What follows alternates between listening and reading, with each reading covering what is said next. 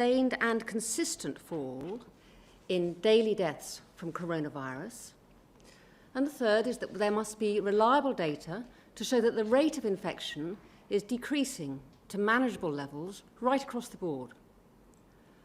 Fourth is that operational challenges, including testing and PPE, must be in hand with supply able to meet future demand.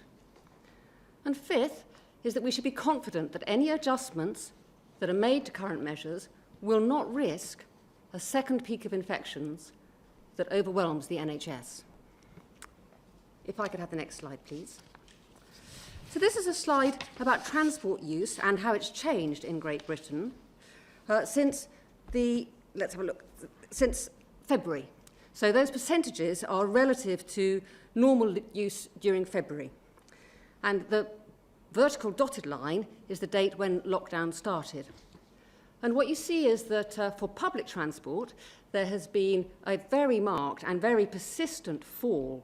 So that's for bus, for tube, for national rail, and also in grey further back for buses in London. For motor vehicles, so that's the top dark blue line, what you see is a pattern that looks a bit like commuting because it's low every weekend. And we do worry about that creeping up. I think all of us remember that what we've done together, which is to stay home, has worked to protect the NHS and save lives. And as one of the people who looks at this data and thinks about how it fits into how we think about the future, it does trouble me that the dark blue line is creeping up again. Next slide, please. This is the number of tests that have occurred every day in the UK since the 6th of April, up until the most recent data, which are from yesterday. And what you see is that very dramatic rise that happened during April, so that now we do have a lot of tests available that allow us to design the kinds of testing strategies that we're going to need in the future. Next slide, please. This is one of the ways we have of counting how many people in the UK are infected. So in two colours here are people who have tested positive. In dark blue are people who are tested by the NHS, and in orange are people whose tests were performed by universities, research institutes and private companies. So most of the people in the dark blue pillars there are either patients or NHS staff, whereas most of the people in the orange pillars are other key workers. And this data is extremely interesting, but it is quite susceptible to the fact that the number of tests has been increasing and who's allowed to have a test has also been changing. So actually I find the next slide a lot more informative. So what this is the number of new inpatients in hospitals in England every day with COVID.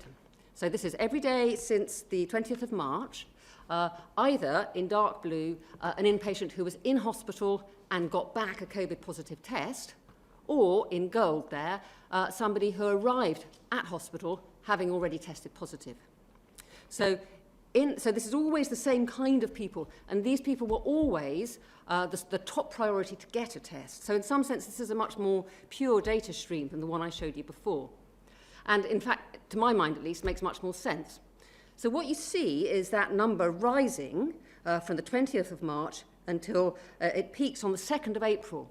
Now, the 2nd of April is about the date we would have expected it to peak, because that's about 10 days after the 23rd of March, when lockdown came in.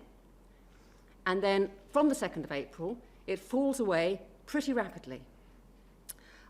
So what this is the inflow into the hospital system of people who are COVID positive. And we watch this number with great care every day. If I could have the next slide. So if that was the inflow into the hospital system, this is the total number of people in hospital with COVID on any given day. So that's really the balance between people who came in and people who left. And so that has a rather smoother pattern and a much slower fall. And what you see is that that peaked around about the 10th or so of April in London, that the peak in London was much higher than everywhere else, perhaps very slightly earlier And the fall in the number of people in hospital in London has been faster than everywhere else. So much so now, actually, that in the last couple of days, the number of people in hospital in London now exceeds numbers in hospital in the northwest. Next slide, please.